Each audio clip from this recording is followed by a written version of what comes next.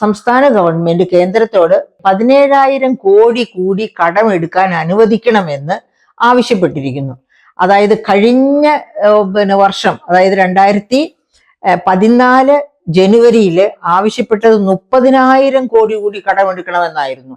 അങ്ങനെ അനുവദിക്കില്ല എന്ന് വന്ന് സുപ്രീം കോടതി വരെ ആ കേസ് പോയതും അവസാനം 13,608 കോടി കടമെടുക്കാൻ സമ്മതിച്ചതും നമ്മുടെ മനസ്സിലുണ്ട്. ആ കഥയുടെ ഒരു പുനർജനി പോലെയാണ് ഈ ജനുവരിയിൽ വന്നിരിക്കുന്ന കഥ. പക്ഷെ കുറച്ചും കൂടി സൈസ് ചെറുതായി എന്ന് മാത്രം.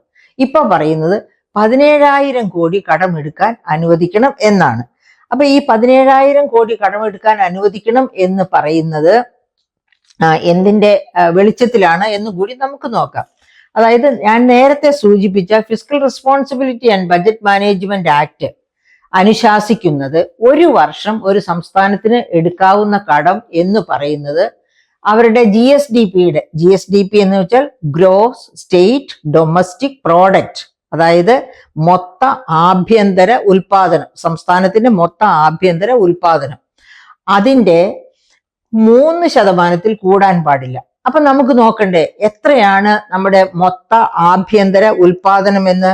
കേരളത്തിന്റെ ഈ കഴിഞ്ഞ 24-25 ബജറ്റിൽ പ്രതീക്ഷിച്ചിരിക്കുന്ന, അതായത് BE ബജറ്റ് എക്സ്പെക്ട് ചെയ്യുന്ന ആഭ്യന്തര മൊത്ത വരുമാനം എന്ന് പറയുന്നത് 13,11,346.69 കോടിയാണ്.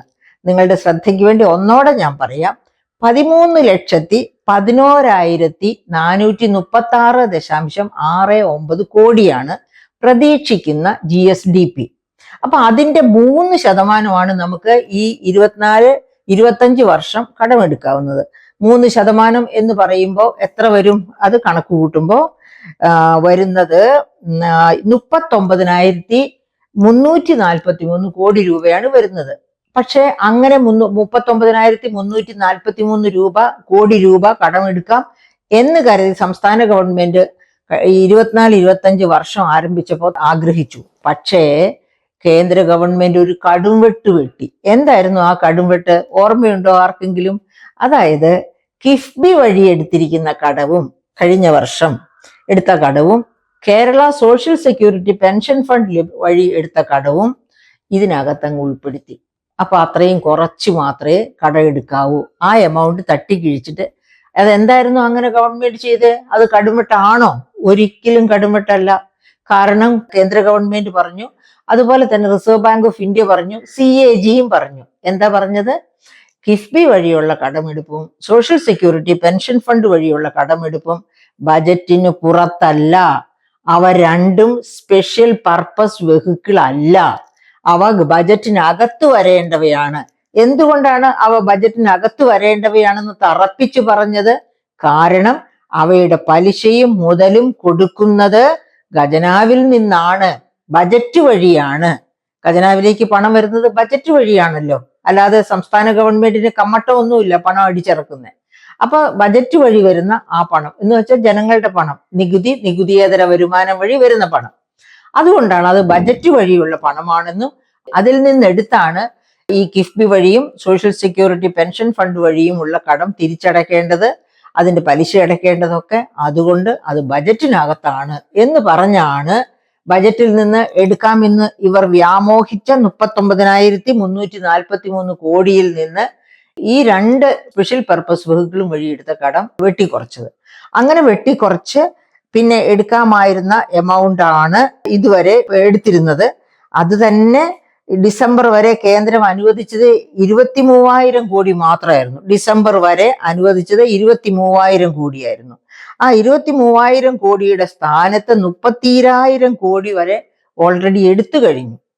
അത് കഴിഞ്ഞിട്ടാണ് ഇപ്പോ ഗവൺമെന്റ് 17,000 കോടി കൂടി കടമെടുക്കാൻ ആവശ്യപ്പെട്ടിരിക്കുന്നത്. അപ്പൊ ഈ 17,000 കോടിക്കകത്ത് ശരിക്കും പറഞ്ഞാല് ഇലക്ട്രിസിറ്റി ബോർഡിന്റെ പരിഷ്കരണം, ഒരു ഇലക്ട്രിസിറ്റി ബോർഡിന്റെ സ്മാർട്ട് മീറ്റർ വരെ വരുന്ന ഒരു സമ്പൂർണ്ണ പരിഷ്കരണം കേന്ദ്രം നിർദ്ദേശിച്ചിരുന്നു. ഇലക്ട്രിസിറ്റി റെഗുലേറ്ററി കമ്മീഷൻ നിർദ്ദേശിച്ചിരുന്നു. കഴിഞ്ഞ വർഷം തന്നെ അത് കംപ്ലീറ്റ് ചെയ്ത് ആ എമൗണ്ട് മേടിക്കേണ്ടതായിരുന്നു അതിന്റെ. പക്ഷെ അത് കഴിഞ്ഞ വർഷം കംപ്ലീറ്റ് ചെയ്യാൻ ഒത്തില്ല. ഒക്കാതെ വന്നത് എന്താണെന്ന് ഇവിടെ ഇലക്ട്രിസിറ്റി കൺസ്യൂം ചെയ്യുന്ന എല്ലാവർക്കും അറിയാം. അതായത് കേന്ദ്ര ഗവൺമെന്റ് പറഞ്ഞിരുന്നു സ്മാർട്ട് മീറ്റർ കൊണ്ടുവരണം. എന്തിനാണ് സ്മാർട്ട് മീറ്റർ? ഇലക്ട്രിസിറ്റി ബോർഡിൽ നിന്ന് പ്രസരണ നഷ്ടം, അതായത് ഇവിടെ ഉൽപ്പാദിപ്പിക്കുന്ന ഇലക്ട്രിസിറ്റിയുടെ 20% മുതൽ 30% വരെ പ്രസരണ നഷ്ടം ഉണ്ടാകുന്നുണ്ട്. അത് മനസ്സറിഞ്ഞ് ഇലക്ട്രിസിറ്റി ബോർഡിലെ ഉദ്യോഗസ്ഥർ കൂട്ടുനിന്ന് മോഷണം നടത്തുന്നുണ്ട്. അല്ലാതെ തന്നെ നമ്മുടെ ഈ ഭൂപ്രകൃതി അനുസരിച്ച് പല തരത്തിലും നഷ്ടം വരുന്നുണ്ട്. എല്ലാം കൂടി വലിയ നഷ്ടമാണ് വരുന്നത്. അപ്പൊ ഈ നഷ്ടം എല്ലാം നികത്താൻ പറ്റും സ്മാർട്ട് മീറ്റർ കൊണ്ടുവച്ചാൽ. മോഷണം ഒട്ടുമേ പറ്റില്ല സ്മാർട്ട് മീറ്റർ കൊണ്ടുവച്ചാൽ. അപ്പൊ അങ്ങനെ സ്മാർട്ട് മീറ്റർ കൊണ്ടുവയ്ക്കാനായിട്ട് ടോട്ടക്സ് മോഡൽ എന്ന് പറഞ്ഞിട്ടൊരു സ്മാർട്ട് മീറ്റർ കേന്ദ്ര ഗവൺമെന്റ് പറഞ്ഞു. കേന്ദ്ര ഗവൺമെന്റുമായിട്ട് ഏതോ ഒരു പ്രൈവറ്റ് കമ്പനിയുമായിട്ട് ഇതിട്ട്, അപ്പൊ അങ്ങനെ ഒരു പ്രൈവറ്റ് കമ്പനി, കേന്ദ്രത്തിന്റെ കീഴിൽ വരുന്ന ഒരു കമ്പനിയിൽ ഞങ്ങൾക്ക് വിശ്വാസമില്ല, അവർക്ക് ഞങ്ങൾ കൊട്ടേഷൻ കൊടുക്കില്ല. അത് കേരളത്തിലെ ഇലക്ട്രിസിറ്റി ബോർഡിലെ എഞ്ചിനീയേഴ്സ് തന്നെ ഇവിടേക്ക് ആവശ്യമായ ഒരു സ്മാർട്ട് മീറ്റർ ഉൽപ്പാദിപ്പിച്ചോളാം, ഇവിടുത്തെ മറ്റ് പബ്ലിക് സെക്ടർ എന്റർപ്രൈസസിന്റെ എഞ്ചിനീയേഴ്സും ഒക്കെ ആയിട്ട് കൂടിച്ചേർന്ന് ഒരു സ്മാർട്ട് മീറ്റർ രൂപകൽപ്പന ചെയ്ത് അത് ഇവിടെ സ്ഥാപിക്കാം എന്ന് പറഞ്ഞു. അങ്ങനെ കഴിഞ്ഞ വർഷം 0.5% കിട്ടേണ്ടിയിരുന്ന 4586 കോടി നഷ്ടപ്പെട്ടു. ഈ വർഷവും അത് പ്രതീക്ഷിക്കുന്നു. ഈ വർഷം 6250 കോടിയാണ് ഈ സ്മാർട്ട് മീറ്ററിന്റെ രൂപകൽപ്പനയും എല്ലാം പൂർത്തിയാക്കിയാൽ നമുക്ക് കിട്ടുക. അത് കൂടി ചേർന്നാണ് ഈ 17,000 കോടിയുടെ റിക്വസ്റ്റ് ഇപ്പോൾ വെച്ചിരിക്കുന്നത്. പക്ഷേ ഇലക്ട്രിസിറ്റി ബോർഡിന്റെ പരിഷ്കരണം ഇപ്പോഴെങ്ങും നടക്കുന്ന ലക്ഷണമില്ല. എല്ലാ ദിവസവും പത്രത്തിൽ അതുമായിട്ട് വരുന്ന വാർത്തകൾ എല്ലാവരും തന്നെ, ഇവിടുത്തെ മലയാളവും ഇംഗ്ലീഷും അറിയാവുന്ന എല്ലാവരും തന്നെ വായിക്കുന്നുണ്ടാവും. എല്ലാ ദിനപത്രങ്ങളിലും അതേപറ്റിയുള്ള കാര്യങ്ങൾ വരുന്നുണ്ട്. ഇനി നടന്നാൽ എപ്പോഴെങ്കിലും നടക്കും, എപ്പോഴെങ്കിലും നടത്തിയാലല്ലേ പറ്റൂ. അങ്ങനെ നടക്കട്ടെ എന്ന് പ്രതീക്ഷിക്കാം. എന്തായാലും 17,000 കോടി കിട്ടിയാൽ എന്തൊക്കെ സംഭവിക്കാം? 17,000, അതായത് വസ്തുനിഷ്ഠമായി പറയുകയാണെങ്കിൽ കഴിഞ്ഞ വർഷം സുപ്രീം കോടതിയിൽ 30,000 കോടി കടമെടുക്കാൻ അനുവദിക്കണമെന്ന് കേന്ദ്രത്തോട് ആവശ്യപ്പെട്ടിട്ട് സമ്മതിക്കുന്നില്ല. സുപ്രീം കോടതി ഇടപെടണം എന്ന് പറഞ്ഞ് സുപ്രീം കോടതിയെ ഗവൺമെന്റ് സമീപിച്ചപ്പോൾ പറഞ്ഞത് മിനിമം 30,000 കോടി രൂപയെങ്കിലും ഉണ്ടെങ്കിൽ ജനുവരി, ഫെബ്രുവരി, മാർച്ച് മാസങ്ങളിലെ ചെലവുകൾ വഹിക്കാൻ പറ്റൂ. ഈ വർഷം ഗവൺമെന്റ് വലിയ വൈതരണിയിലാണ് എത്തിയിരിക്കുന്നത്. അത് നമുക്കറിയാം. കാരണം പ്ലാൻ, എല്ലാ വകുപ്പുകളുടെയും പ്ലാൻ ചെലവ് ബജറ്റിൽ പറഞ്ഞിരുന്നതിന്റെ 50% വെട്ടിക്കുറച്ചിരിക്കുകയാണ് ഓൾറെഡി. 100 രൂപ ചെലവഴിക്കുമെന്ന് ബജറ്റിൽ പറഞ്ഞിരുന്നെങ്കിൽ 50 രൂപയെ ചെലവഴിക്കുള്ളൂ എന്ന രീതിയിൽ വെട്ടിക്കുറച്ചിരിക്കുകയാണ്. മുഴുവൻ പദ്ധതികളുടെയും ഫണ്ട് 50% വെട്ടിക്കുറച്ചിരിക്കുക. അങ്ങനെ കുറച്ചിട്ട് പോലും ഫിസ്ക്കൽ ക്രൈസിസ് കഴിഞ്ഞ വർഷത്തേതിനേക്കാളും അധികരിച്ചിരിക്കുകയാണ്. ആ സാഹചര്യത്തിലാണ് ഇപ്പോൾ ഈ 17,000 കോടി വായ്പ ചോദിച്ചിരിക്കുന്നത്, എടുക്കാൻ അനുവാദം നൽകണം എന്ന് പറഞ്ഞിരിക്കുന്നത്. അങ്ങനെ കിട്ടുകയാണെങ്കിൽ ചിലർക്കൊക്കെ ചില സഹായം കിട്ടും. എന്തൊക്കെയാണ് കിട്ടുക? അതായത് കഴിഞ്ഞ ശമ്പള പെൻഷൻ പരിഷ്കരണം കഴിഞ്ഞ തവണ നടത്തിയപ്പോൾ കൊടുക്കാനുണ്ടായിരുന്ന കുടിശ്ശിക, അതായത് പരിഷ്കരണത്തിന്റെ എമൗണ്ട്, അത് കുടിശ്ശികയായി പല ഗഡുക്കളായിട്ടാണ് കൊടുത്തത്. അങ്ങനെ കൊടുത്തെങ്കിൽ തന്നെയും ഇപ്പോഴും പെൻഷൻകാർക്ക് ഒരു ഗഡു കുടിശ്ശിക കിടക്കുകയാണ്. ആ ഒരു ഗഡു കുടിശ്ശിക കൊടുക്കണമെങ്കിൽ തന്നെ 450 കോടി വേണം. അപ്പൊ അവരുടെ കാര്യം അവർക്ക് തന്നെയും ഉണ്ട്. ഡിയർനെസ് അലവൻസിന്റെ, അതായത് അതിനുവേണ്ടി അലവൻസ് അനുവദിച്ചതിന്റെ പേരിൽ കൊടുക്കാനുള്ള കുടിശ്ശിക ഇനിയും കിടക്കുകയാണ്, അതായത് പെൻഷൻകാർക്ക് പോലും. അപ്പോ നമ്മൾ ഓർക്കണം, ഇപ്പോ ഈ വർക്കിൽ ഇരിക്കുന്നവര്, അതായത് ഇപ്പൊ ഗവൺമെന്റ് ജീവനക്കാര്, ശമ്പള പരിഷ്കരണത്തിന്റെ കുടിശ്ശികകൾ അവർക്ക് ഇനിയും കൊടുക്കാനുണ്ട്, ഡിയർനെസ് അലവൻസും അവർക്ക് ഇനിയും കൊടുക്കാനുണ്ട്. അതിനിപ്പോഴും ഈ 17,000 കോടി കിട്ടിയാലും അത് മതിയാവില്ല. അതുകൊണ്ടാണ് ഞാൻ പറഞ്ഞത്, അവർക്കിപ്പോ ഒരു 40,000 കോടിയൊക്കെ ഗവൺമെന്റ് കയ്യിൽ എത്തിയാലേ ഗവൺമെന്റിന് ഈ പറയപ്പെട്ട കുടിശ്ശികകൾ മുഴുവൻ കൊടുക്കാൻ പറ്റുള്ളൂ. അത് മാത്രമല്ല, 3 ഗഡു സാമൂഹ്യ സുരക്ഷാ പെൻഷൻ കിടക്കുകയാണ്. അത് ഈ 17,000 കിട്ടുന്ന പക്ഷം അതിൽ ഒരു ഗഡു 850 കോടി അതിനുവേണ്ടി മാറ്റിവെക്കും എന്ന് പറഞ്ഞിട്ടുണ്ട്. അപ്പൊ അപ്പോഴും അവിടെ പിന്നെയും കുടിശ്ശികയുണ്ട്. അപ്പോൾ ഒരു സംശയവും കൂടി നമുക്ക് വരികയാണ് ഇതിനിടയ്ക്ക്.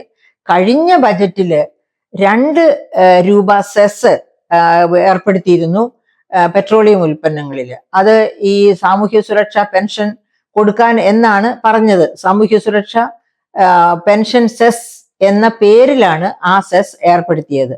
പക്ഷെ ആ ഫണ്ടിനെ പറ്റി അത് എത്ര കിട്ടിയെന്നോ അത് എന്ത് ചെയ്തെന്നോ ഒന്നും അതും CAG പറയുന്നത് പോലെ വക മാറ്റിയതാണോ, അതുകൊണ്ടാണോ ഈ 1600 രൂപയുടെ പെൻഷനും കൊടുക്കാൻ പറ്റാത്തത് എന്ന് നമുക്ക് ഉറപ്പില്ല.